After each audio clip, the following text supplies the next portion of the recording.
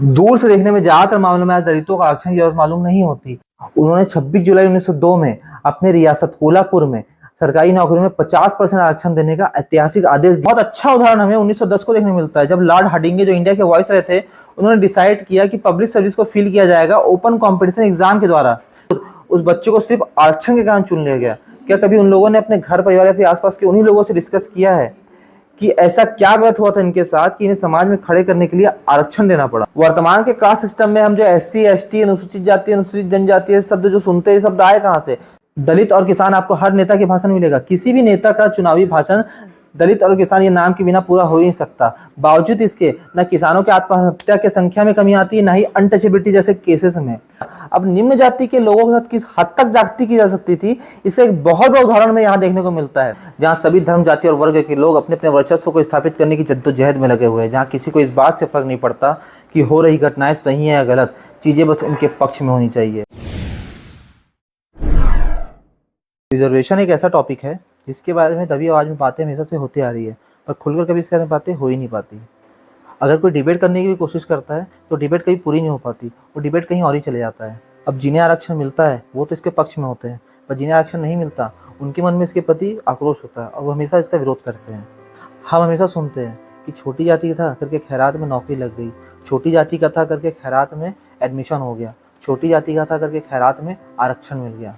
तो क्या इस सच में ये जो आरक्षण मिला है वो सिर्फ एक खैरात थी या जरूरत? और ऐसी क्या जरूरत थी कि आरक्षण एक विशेष वर्ग को देना पड़ा? बारे में बात कर सकते हैं, किस परिस्थिति में आरक्षण दिया गया, आरक्षण देना सही था या गलत था, क्या आरक्षण की आज जरूरत है, और आरक्षण की वजह से आज जिनको आरक्षण मिला है उनकी जिंदगी में क्या बदलाव आया है और समाज में इसका क्या इफेक्ट पड़ रहा है, इस बारे में हम चर्चा जरूर कर सकते हैं। अगर हम रिजर्वेशन की बात करें टोटल इंडिया में, तो शेड्यूल ट्राइब्स को 7.5%, शेड्यूल कास्ट को 15% और अदर बैकवर्ड क्लास OBC को टोटल 27% का रिजर्वेशन मिलता है। इसके अलावा 10% reservation EWS economically weaker section को मिलता है, और जो परमानेंट डिसेबिलिटी के साथ आते हैं उन्हें 4% का रिजर्वेशन टोटल गवर्नमेंट के साथ मिलता है।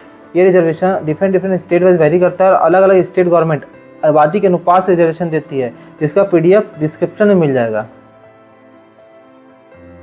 क्या कहना कि मनुष्य के विभिन्न वर्गों की विभाजन का तरीका केवल एक ही था, ये बिल्कुल गलत होगा।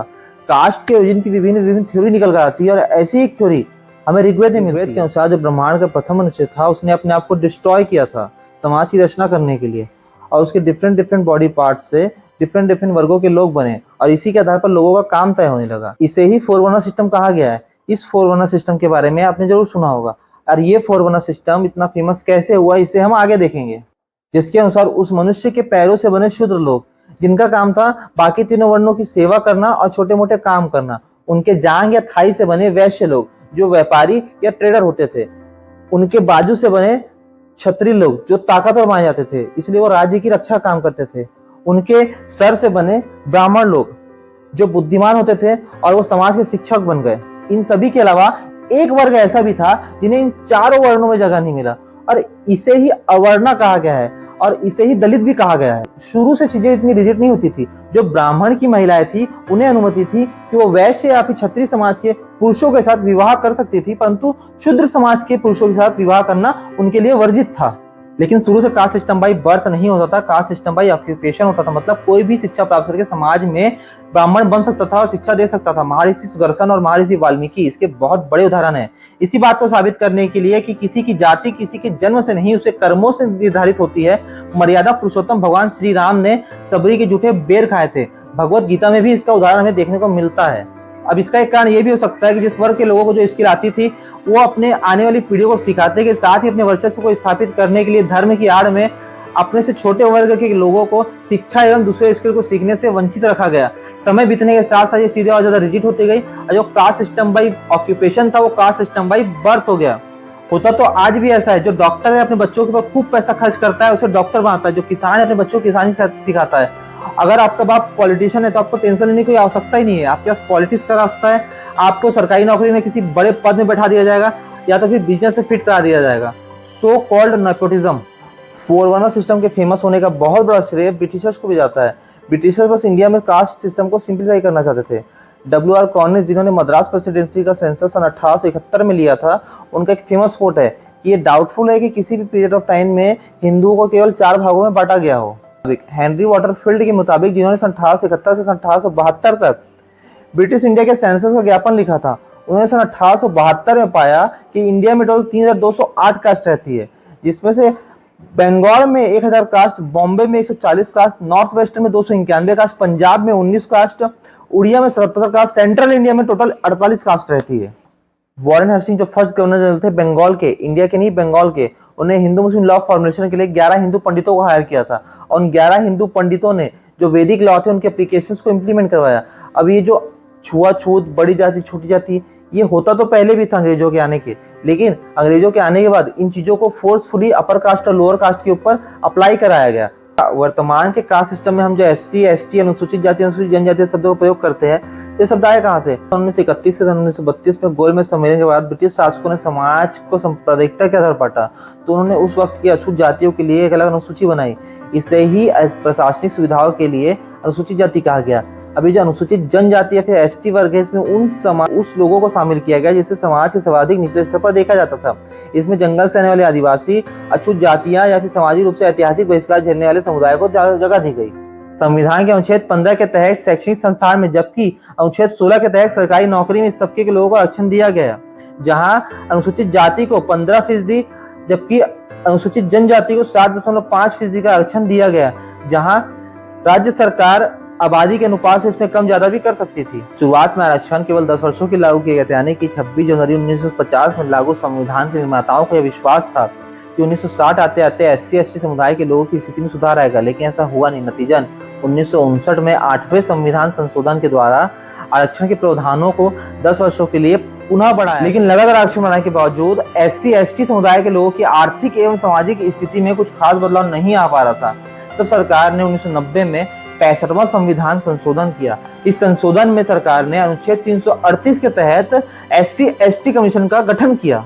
अब शायद कई लोगों को ये लगे कि जो आरक्षण की शुरुआत हुई थी, जो पहली बार आरक्षण दिया गया था, वो शायद कोई पिछड़ी हुई जाति का व्यक्ति होगा जिसने आरक्षण की शुरुआत की थी, पर ये गलत है। पहली बार जो आरक्षण दिया गया था वो राजश्री साहू जी महाराज, जो 1894 से 1922 तक कोल्हापुर रियासत के राजा थे, उन्होंने 26 जुलाई 1902 में अपने रियासत कोल्हापुर में सरकारी नौकरी में 50% आरक्षण देने का ऐतिहासिक आदेश दिया था। अब जो लोग आरक्षण को गलत कहते हैं और जिनका यह मानना है कि आरक्षण का समानता नहीं आ पा रही है, शिक्षा एजुकेशन बेस में जो आरक्षण मिलता है वो गलत है, गवर्नमेंट जॉब में जो आरक्षण मिलता है वो गलत है, उनको यह बात जानना बहुत जरूरी है कि हजारों वर्षों से अपर क्लास, फॉरवर्ड क्लास, ऊंची जाति के जो लोग थे उनके पास ही 100% रिजर्वेशन था शिक्षा में, सड़कों तक में उनका अधिकार होता था। जो बैकवर्ड क्लास के जो मेल होते थे उनको अपने कमर में झाड़ू बांध के चलना पड़ता था ताकि उनका जो पैर के निशान है वो मिटते जाए, और जो अपर क्लास के लोग हैं उनके पैर के निशान पर उनका पैर ना पड़े। जो गले में होते हैं उनको एक कुल्हड़ बांध के चलना पड़ता था ताकि जो थूक है वो जमीन में ना थूके, उस कुल्हड़ में थूके। जो गंदगी इंसान अपने शरीर से निकालता है उसे मुड़कर तक नहीं देखता, वो गंदगी को टोकने में उठाकर फेंकने तक के लिए मजबूर थे एक समय में इंसान। इन सब बातों को सुनने के बाद भी जिनको ये लगता है कि रिजर्वेशन तो सिर्फ खैरात में मिल गया था, लोगों को ये बात जान लेनी चाहिए कि आरक्षण केवल एक खैरात नहीं है। BR अम्बेडकर आजादी के समय सेपरेट रिप्रेजेंटेशन की मांग कर रहे थे दलितों के लिए। सेपरेट रिप्रेजेंटेशन केवल अंग्रेजों के खिलाफ नहीं, ब्राह्मण के खिलाफ भी।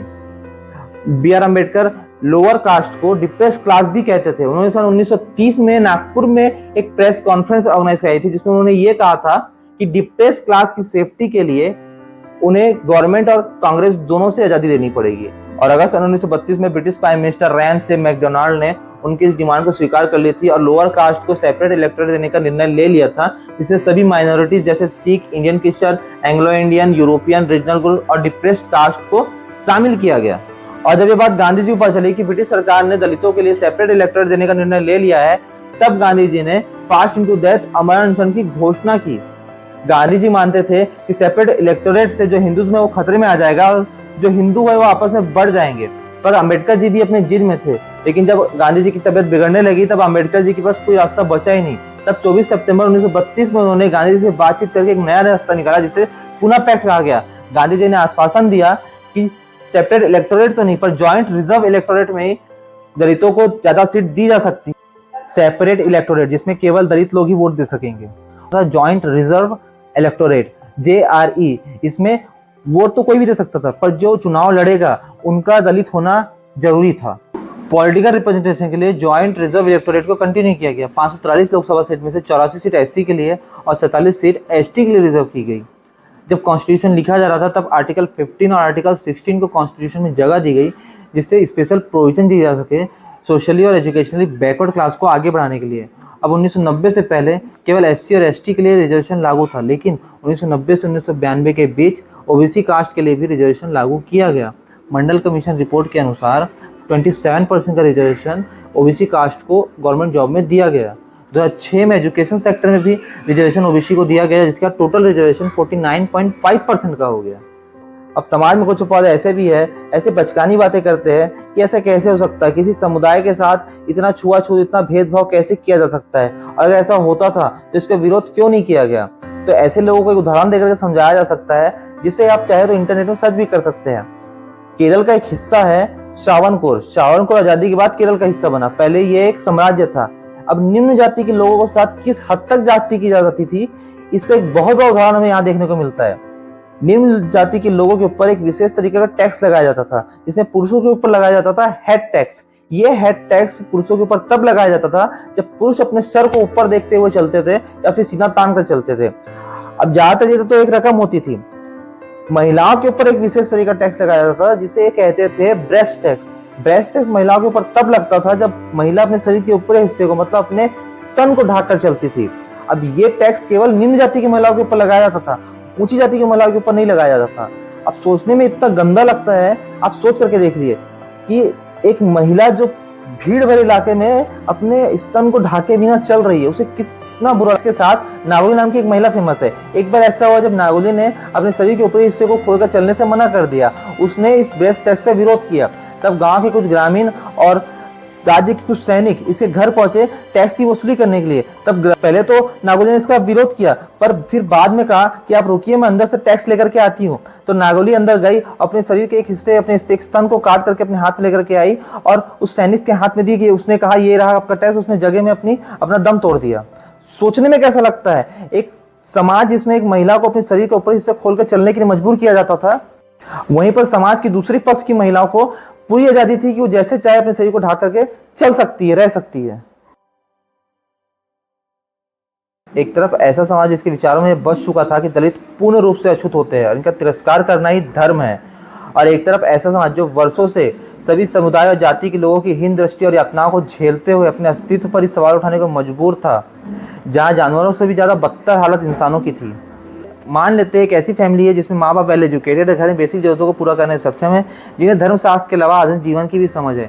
उसी के साथ एक परिवार ऐसा है जिसके अलावा सभी पूर्वजों ने सामाजिक तिरस्कार को झेला है, सामाजिक यातनाएं झेली है, जो मजबूर है समाज में इस तरीके का काम करने के लिए जिसे हीन दृष्टि से देखा जाता है।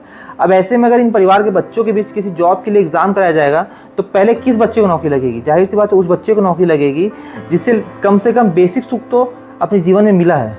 इसका बहुत बड़ा उदाहरण हमें 1910 को देखने मिलता है, जो लॉर्ड हार्डिंगे, जो इंडिया के वॉइस रहते हैं, उन्होंने डिसाइड किया कि पब्लिक सर्विस को ओपन कंपटीशन एग्जाम के द्वारा फिल कराया जाएगा, जो कि इंग्लिश में कराया जाएगा। इसका बहुत बड़ा एडवांटेज मद्रास प्रेसिडेंसी के ब्राह्मण को मिला, क्योंकि उन्हीं के पास एक प्रिविलेज एक्सेस था इस लैंग्वेज को सीखने का। नतीजन जो 3% पॉपुलेशन ब्राह्मण की थी, उन्होंने मोर देन 80% जॉब को ऑक्यूपाई करके रखा था। वर्षों से हीन दृष्टि और यातनाओं को झेलने को मजबूर दलितों को समाज में समान आर्थिक एवं सामाजिक अधिकार दिलाने के लिए दलितों को आरक्षण दिया गया था। लेकिन मेरा मानना है कि उस वक्त दलितों पर सदियों से किए गए जुल्म का पश्चाताप था आरक्षण। डर और दर्द के बीच बीत रही जिंदगी में खुशी का एक एहसास था आरक्षण। जानवरों से बुरे हालात में जीते जीते जो भूल चुके थे कि वो एक इंसान है, उन्हें इंसान की तरह सम्मान दिलाने को बाध्य ज्योतिराव फूले, साहू जी महाराज और बी आर अम्बेडकर जैसे महान पुरुषों की वर्षों की मेहनत का उपहार था आरक्षण। दूर से देखने में ज्यादातर मामलों में अब दलितों को आरक्षण की जरूरत मालूम नहीं होती। आज दलितों ने कारोबार में भी अपना सिक्का जमाया, यहाँ तक कि दलितों के अपने दलित इंडियन चैम्बर ऑफ कॉमर्स और इंडस्ट्री भी है। तो क्या जो कास्ट बेस्ड रिजर्वेशन हटाने की मांग है वो जायज है? ये अधूरा सच है। वास्तविकता ये है कि दलितों का एक तबका ऐसा है जिसने अच्छी तरक्की की है, लेकिन ज्यादातर दलित आज भी उसी हालत में जिस स्थिति में आज से एक सदी पहले थे। नतीजा यह है कि दलितों का एक वर्ग ऐसा तैयार हो गया जो अमीर है, जिसे आरक्षण व्यवस्था का लगातार फायदा हो रहा है, क्योंकि उसे आरक्षण व्यवस्था की जानकारी है और उसे पता है कि आरक्षण व्यवस्था का फायदा किस तरीके से उठाना है। ये दलितों की कुल 10% आबादी है। अब बी आर अम्बेडकर जी ने कल्पना की थी कि आरक्षण व्यवस्था से आगे बढ़ने वाले दलित अपने बिरादरी के लोगों की समाज के दबे कुचले वर्ग से बाहर आने में मदद करेंगे, लेकिन हुआ ऐसा कि तरक्की प्राप्त दलितों का एक तबका दलितों में भी सामाजिक तौर पर खुद को ऊंचा समझने लगा और दलितों का ये क्रीमी लेयर दलित आबादी से दूर हो गई। एक रिपोर्ट की माने सन 1997 से 2007 के बीच एक दशक में 1,97,00,000 सरकारी नौकरी में 18.7 लाख की कमी आई है। ये कुल सरकारी रोजगार का 9.5% हिस्सा है। इस अनुपात से देखा जाए तो दलितों के लिए आरक्षित नौकरियां भी घटी है। अब यह बात भी सही है कि दलितों का एक तबका आरक्षण का फायदा उठा करके ग्रामीण इलाकों में गैर दलित ग्रामीणों से बेहतर हालत में, लेकिन इस बात को नजरअंदाज नहीं किया जा सकता कि बचे ग्रामीण दलितों का शहरीकरण गैर दलितों के मुकाबले आधी रफ्तार से हो रहा है। यह सच है कि स्कूलों में दलितों की संख्या दूसरी जाति के मुकाबले अधिक है, लेकिन हायर स्टडीज की पढ़ाई करते करते यह संख्या घटने लगती है। आज हायर स्टडीज की पढ़ाई छोड़ने के लिए दलित गैर दलित से ज्यादा मजबूर है। कमजोर फैमिली बैकग्राउंड से आने के कारण दलितों को एक घटिया स्कूल में पढ़ना पड़ता है, जिससे उनका शिक्षा का हिस्सा उतना अच्छा हो नहीं पाता और अंत में उन्हें रोजगार भी वैसा ही मिलता है। सरकार के पूर्व ज्वाइंट सेक्रेटरी ओपी शुक्ला कहते हैं कि सरकारी नौकरी में 80% दलित ग्रुप डी और ग्रुप सी की नौकरी में थे, जिसे 6वें वेतनमान की सरकार ने मिला करके ग्रेड 3 कर दिया, जिसमें सफाई कर्मचारी, office boy, clerk, data operator, चपरासी ऐसे पद है। इसमें भी 80% कर्मचारियों को ठेके पे रखा जा रहा है। तो सरकार ने दलितों के आरक्षण को ना छीनते हुए उस एक पूरे सेक्टर का प्राइवेटाइजेशन कर दिया, जिसमें अधिकतर दलितों को रोजगार मिलता है। National commission for schedule caste के चेयरमैन पीएल पुनिया, जो उत्तर प्रदेश में 2014 से 2020 तक सांसद रह चुके हैं, उनके अनुसार देश में 64 जातियां अनुसूचित जाति या फिर दलित वर्ग के अंतर्गत आती है। ये कुल आबादी का 16.6% हिस्सा है। वहीं उत्तर प्रदेश और बिहार जैसे राज्यों में 50 पिछड़ी जाति ऐसी है जो खुद को एससी वर्ग में शामिल करने की मांग कर रही है। कुल सरकारी नौकरी में 17% कर्मचारी एससी वर्ग से, जबकि कोटा 15% का है। बढ़ोतरी का यह आंकड़ा इसलिए है कि कुल 40% सफाई कर्मचारी एससी वर्ग से है। अब आपने कभी ठाकुर या फिर किसी चौधरी नाम के व्यक्ति को सफाई कर्मचारी का काम करते हुए नहीं देखा होगा। महात्मा गांधी ने 13 अप्रैल 1921 को अहमदाबाद के दलित महासम्मेलन में कहा था कि अनटचेबिलिटी महापाप है। इस बात को कहे हुए आज 102 साल हो चुके हैं, फिर भी अमीरी, गरीबी, छुआछूत की भावना नहीं मिट सकी है। भारतीय संविधान के अनुच्छेद 17 के अनुसार अनटचेबिलिटी, छुआछूत को एलिमिनेट किया जा चुका है। अनुच्छेद 15 में कहा गया है कि भारत के किसी भी नागरिक के साथ धर्म, जाति, नस्ल, लिंग, जन्म स्थान अथवा इन सभी में से किसी के भी आधार पर भेदभाव नहीं किया जा सकता। फिर भी आज ऐसी घटनाएं हमें देखने को मिलती है जिसमें छुआछूत, अनटचेबिलिटी के केस आते हैं। अक्टूबर 2020 को इंडिया टुडे ने एक न्यूज पब्लिश की थी जिसका शीर्षक था Tamil Nadu SC panchayat president had to sit on the floor just because of her caste. मतलब तमिलनाडु में पंचायत प्रेसिडेंट को सिर्फ इसलिए जमीन में बैठने के लिए मजबूर किया गया क्योंकि वो एक एससी कैटेगरी से आती थी, एक दलित। बीबीसी न्यूज ने 30 मार्च 2018 को एक न्यूज पब्लिश की थी जिसमें गुजरात में 11 वर्षीय बालक को सिर्फ इस तरह हत्या कर दी गई क्योंकि उसने घोड़ी में चढ़ने का जुर्म किया था। ऐसी एक घटना 16 जून 2022 की है जिसमें गुजरात के मोरबी जिले के सरकारी स्कूल में 147 ओबीसी परिवार के बच्चों ने मिड डे मील खाने से मना कर दिया क्योंकि उस स्कूल का रसोइया दलित था। हम अपने दैनिक जीवन में अक्सर सुनते हैं कि अरे वहां मत जाना, वो स्वीपर मोहल्ला है, अरे वहां मत जाना, वो चमरा पारा है, अरे आप लगते नहीं कि आप एससी कैटेगरी से है, अरे आप लगते नहीं कि आप दलित कास्ट से है। ये ऐसे वाक्य है जो हमें याद दिलाते हैं कि आरक्षण की जरूरत क्यों थी और वर्तमान में आरक्षण की जरूरत क्यों है। आज जब आरक्षण के कारण किसी बच्चे को स्कूल, कॉलेज या फिर गवर्नमेंट जॉब के लिए चुना जाता है तो बच्चों का वो ग्रुप जो आरक्षण के अंतर्गत नहीं आते, वो अपने घर, परिवार या फिर आसपास के लोगों में ये जरूर डिस्कस करते हैं कि हमने ऐसे क्या गलती की थी, अच्छे नंबर आने के बावजूद हमें नहीं चुना गया और कम नंबर के आने के बावजूद उस बच्चे को सिर्फ आरक्षण के कारण चुन लिया गया। क्या कभी उन लोगों ने अपने घर, परिवार या फिर आसपास के उन्हीं लोगों से डिस्कस किया है कि ऐसा क्या गलत हुआ था इनके साथ कि इन्हें समाज में खड़े करने के लिए आरक्षण देना पड़ा? ये अक्सर ऐसे लोग होते हैं जो अपने मतलब के हिसाब से चीजों को सही या गलत बताते हैं। अगर आरक्षण के कारण किसी को स्कूल, कॉलेज में एडमिशन या फिर नौकरी नहीं लगती है तो इतिहास गलत हो जाता है, लेकिन इसी इतिहास की बदौलत अपने नाम के पीछे लगे सरनेम के कारण अपने से छोटी जाति या फिर गरीब लोगों के सामने धौंस जमाते तब इतिहास सही हो जाता है। अपने पूर्वजों की संपत्ति लेनी होती तब इतिहास सही हो जाता है। अब कई लोग इनकम के आधार पर रिजर्वेशन की मांग करते हैं। जब सदियों से शोषण का आधार जाति रहा है तो उससे उभरने का तरीका कैसे आर्थिक हो सकता है? और अगर हम थोड़ा सा लॉजिकल होकर के भी देखें तो इनकम के आधार पर रिजर्वेशन देना बहुत मुश्किल है, क्योंकि फेक इनकम सर्टिफिकेट बनाना कोई बहुत मुश्किल काम नहीं है। वहीं हम बात करें कास्ट सर्टिफिकेट की तो इसका पूरा एक प्रोसीजर है जिसमें बहुत सारे डॉक्यूमेंट और बहुत सारे पूर्वजों के रिकॉर्ड दिखाने पड़ते हैं जो हर किसी के पास नहीं होते। आज कुल जनसंख्या की बात करें भारत की तो 141 करोड़ 89 लाख 8,365 लोगों की आबादी है, जो हर साल लगभग 0.9% की दर से आगे बढ़ रही है।